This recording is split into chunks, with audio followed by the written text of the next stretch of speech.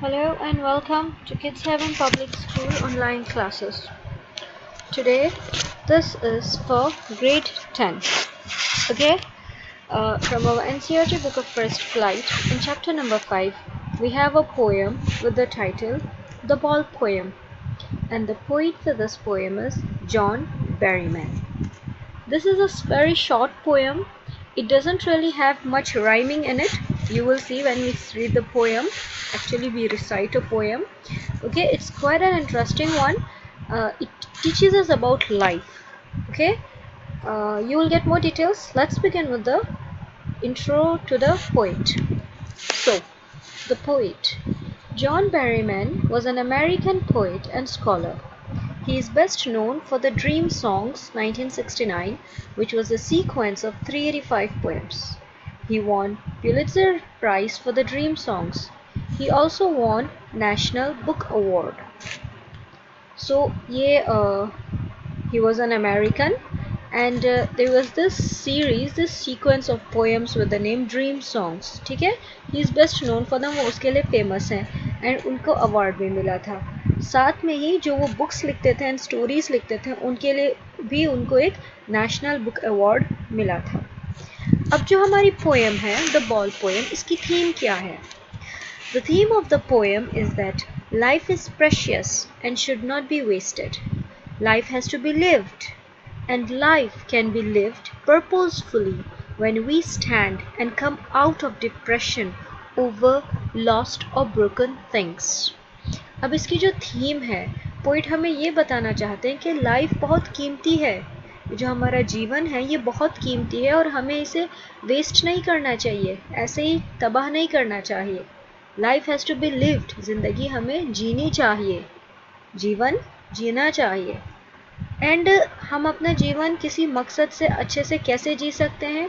वो हम तभी जी सकते हैं जब हम पुरानी बातों से, टूटी हुई चीज़ों से या खोई हुई चीज़ों से बाहर निकलते हैं. जब हम उस दुख और तकलीफ़ से, उस सदमे से बाहर निकलेंगे, तभी तो हम ज़िंदगी का कोई मकसद बना के जी पाएंगे. ठीक है?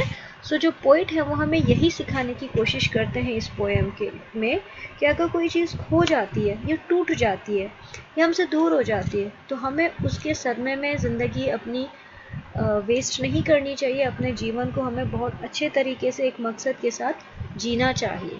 ठीक है? So let's continue. Now we are going to recite the poem, then afterwards we will have the explanation and the literary devices. Okay?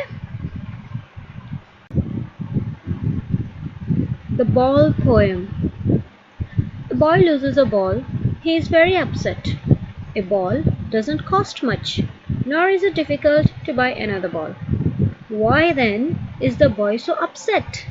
Read the poem to see what the poet thinks has been lost and what the boy has to learn from the experience of losing something. So, dear friends, now let us read this poem, The Ball Poem. What is the boy now who has lost his ball? What is he to do? I saw it go merrily bouncing down the street, and then merrily over. There it is in the water. No use to say, oh, there are other balls. An ultimate shaking grief fixes the boy as he stands rigid, trembling, staring down all his young days into the harbor where his ball went. I would not intrude on him. A dime, another ball, is worthless. Now he senses first responsibility in a world of possessions. People will take balls, balls will be lost always, little boy, and no one buys a ball back. Money is external. He is learning, well behind his desperate eyes, the epistemology of loss, how to stand up, knowing what every man must one day know, and most know many days, how to stand up. Okay, so as you have seen the poem, we just recited it. Now the next thing we will have is an explanation of each of the stanzas, and we will see the literary devices used in each of these stanzas.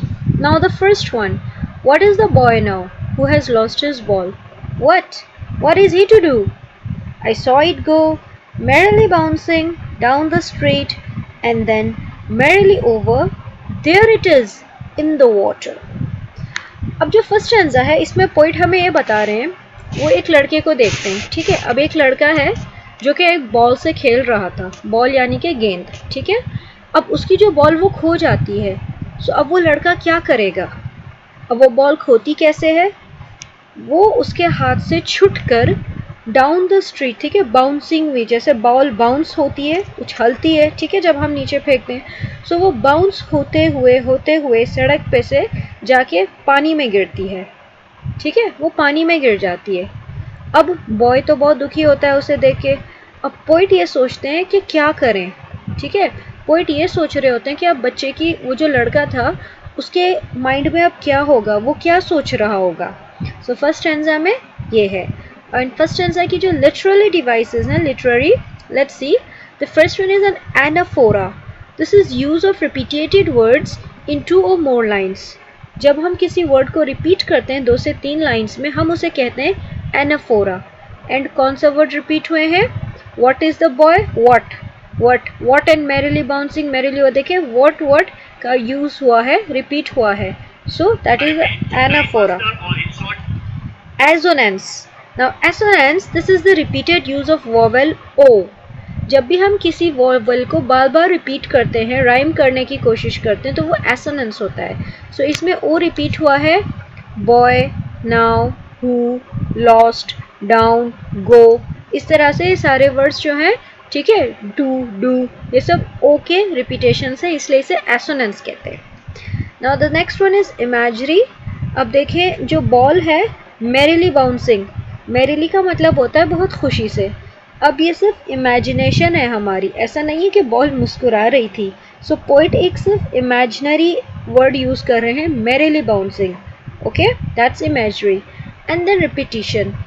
Repeat मतलब क्या repeat हुआ है इसमें? Repetition जो हुआ है वो है word what. Okay, now let's move on the second stanza. No use to say, oh, there are other balls. An ultimate shake in grief fixes the boy as he stands rigid, trembling, staring down all his young days into the harbor where his ball went. I would not intrude on him. A dime, another ball, is worthless. Now he senses his first responsibility. Okay, so अब इस stanza में poet हमें क्या बताते हैं कि वो ball जो थी उस लड़के की, वो उसके हाथ में से छुटकर जाके एक हार्बर में, मतलब पानी की जो जगह होता है, पोर्ट होता है, उसे हम हार्बर कहते हैं. सो वहाँ जाके पानी में गिर जाती है. एंड वो बड़ी जगह होती है, इसलिए वो बॉल मिल नहीं सकती वापस. अब उसने सोचा कि ये भी नहीं कह सकता कि और भी तो बॉल्स हैं, ठीक है, oh there are other balls. इसका मतलब ये है इस फ्रेज का कि मतलब और भी बॉल आ सकती हैं, ऐसा नहीं है कि ऑल बॉल्स नहीं मिलेंगी, उसके पास भी होंगी या और ख़रीद भी सकते हैं, ठीक है. लेकिन ये कहने का कोई फ़ायदा नहीं है, no use. An ultimate shake in grief fixes the boy. Grief होता है दुख, ठीक है. सो जो लड़का था वो उस वक्त बहुत ज़्यादा दुखी था, क्योंकि वो जो बॉल थी उससे उसकी बहुत यादें जुड़ी हुई थी, ठीक है. वो खड़ा था बिल्कुल चुपचाप, हिल नहीं रहा था, ट्रेम्बलिंग, एक तरह से कांप भी रहा था और नीचे घूर रहा था जहाँ से वो बॉल छूट के उसके हाथ से जाके पानी में गिरती है. अब all his young days into the harbour where his ball went. वो बचपन से उस बॉल से खेल रहा था, ठीक है. अभी भी छोटा था, इतना बड़ा नहीं था, लेकिन देखिए यादें जुड़ी होती हैं, अपनी जो चीज़ें होती हैं बहुत स्ट्रॉन्ग अट्रैक्शन होता है हमारा उनके साथ, एक मतलब अटैचमेंट होता है हमारा, ठीक है, इमोशनली. सो जो पोइट था वो यही सोचते रहे कि इसके साथ क्या करना चाहिए. मैं इसे अगर पैसे दे दूँ कि जाके दूसरी बॉल ख़रीदे, तो वो वाली बात नहीं आएगी, क्योंकि उस जो बॉल से जो पानी में गई थी उससे इनकी यादें जुड़ी हुई थी. I would not intrude on him. Intrude का मतलब होता है इंटरफेयर. पोइट सोचते हैं कि मैं इससे इंटरफेयर नहीं करूँगा, वो अभी दुखी है, वो सोच रहा है बॉल के बारे में, मैं कुछ नहीं कहूँगा. A dime, another ball is worthless. इसका मतलब ये होता है कि चाहे पैसे ले लो, दूसरी बॉल ले आओ, लेकिन वो उसकी वैल्यू नहीं होगी. वर्थलेस मतलब बेकार, ठीक है, क्योंकि एक नई बॉल आएगी, उससे वो वाला अटैचमेंट नहीं होगा जो पहली वाली बॉल से था, isn't it? Now he senses first responsibility. अब पोइट हमें यहाँ ये बताना चाहते हैं कि जो लड़का है अब उसे अपनी जिम्मेदारी की पहली ठोकर लगी है कि अब वो अपनी चीज़ों का ध्यान रखेगा, ठीक है। सो उसे अब जिम्मेदार बनना पड़ेगा। This was stanza 2। इसकी जो लिटरेरी डिवाइसेस हैं वो ये हैं रिपीटिशन, मतलब एक वर्ड को हमने बार बार यूज़ किया है, वो है बॉल। फिर है हमारा asyndeton, no use of conjunction in a sentence. Conjunctions क्या होते हैं? जो सेंटेंसेस को जोड़ते हैं। सो आप देखें इसमें हमने एक फ्रेज है यहाँ पर, a dime another ball is worthless. Comma लगाए हैं लेकिन इन सेंटेंसेस को जोड़ा नहीं है, मतलब कंजक्शन यूज नहीं किया है, ठीक है। Now let's move on the third one. In a world of possessions, people will take balls. Balls will be lost always, little boy. And no one buys a ball back. Money is external. He is learning, well behind his desperate eyes, the epistemology of loss. How to stand up, knowing what every man must know one day and most know many days. How to stand up. अब जो ये वाला stanza है इसमें जो poet है वो बहुत गहरी बात बताते हैं। देखें, in a world of possessions, possessions क्या होते हैं? जो हमारी चीज़ें होती हैं, जिनके हम मालिक होते हैं, ठीक है। People will take balls, balls will always be lost, little boy. यहाँ ये है कि सिर्फ बॉल की बात नहीं, लेकिन हर चीज़, जो भी सामानी चीज़ होती है हमसे, या तो वो खो जाती है, टूट जाती है या छिन जाती है, ठीक है। ये सारी चीज़ें दुनिया में आती हैं, चली जाती हैं। मनी इज़ एक्सटर्नल, मनी है, ठीक है। मनी से कोई अटैचमेंट नहीं होता। आज मनी हमारे पास है, हम कल कुछ खरीदेंगे, वो चला जाएगा हमारे हाथ से, इज़न्ट इट? सो अगर आप कुछ खरीद भी लो मनी से, तो आपके पास वो अटैचमेंट तो नहीं खरीद सकते ना आप।